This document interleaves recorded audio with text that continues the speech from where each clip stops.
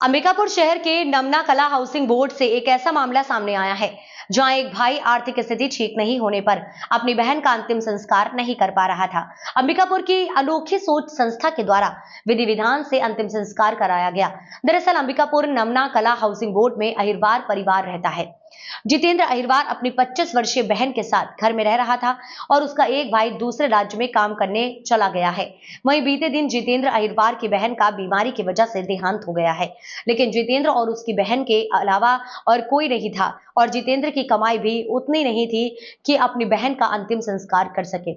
इसकी सूचना गांधीनगर पुलिस को दी गई है। मौके पर पहुंची पुलिस ने अनोखी सोच संस्था को इसकी जानकारी दी।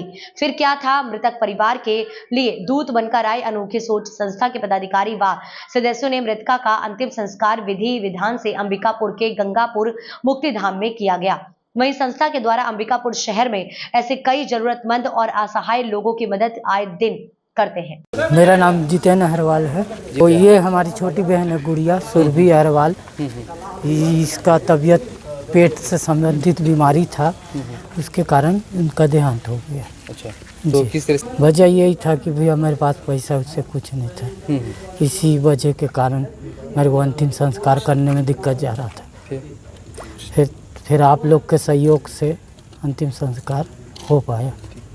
देखिए, हमारी संस्था अनोखी सोच को कहीं से फ़ोन आता है कि इसका कोई नहीं है और इस अंतिम संस्कार करना है, तो हमारी संस्था तत्पर होकर और जाके अंतिम संस्कार करती है। इसी कड़ी में आज भी एक फ़ोन आया जो कि गंगापुर हाउसिंग बोर्ड में रहने वाली युवती थी 25 साल की, सुरभि अहिरवार। इस फ़ोन आया कि ऐसा वहाँ पे है और कल से इनकी डेथ हुई थी और दाह संस्कार नहीं हो पा रहा था। हमारे पास फ़ोन आया तो हम लोगों ने जाकर इसे लेकर आके और पूरे रीति रिवाज से अंतिम संस्कार यहाँ पे ये कर रहे हैं।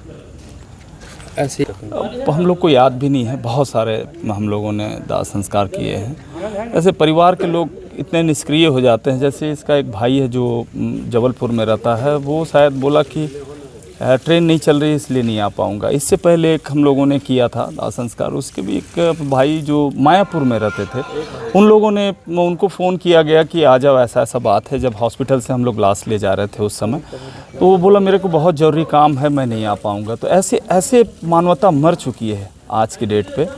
जो रिश्तेदार अपने जो ख़ास रिश्तेदार होते हैं वो लोग भी इस पर आगे नहीं आना चाहते, लेकिन हम बोलते हैं लोगों को कि जिसका कोई नहीं है उसका अनोखी सोच है। क्या लगता है? हाँ, हमको जहाँ से भी खबर आती थी, हॉस्पिटल या जिसके घर वाले उस समय लाशों को छूते नहीं थे कोरोना के डर से, उस समय हम लोगों ने खुद लाशों को अंतिम संस्कार किया, खुद पीपी किट पहनकर, और जितना बन सका हम लोगों ने उस समय 52 लाशों को हम लोगों ने जलाया था।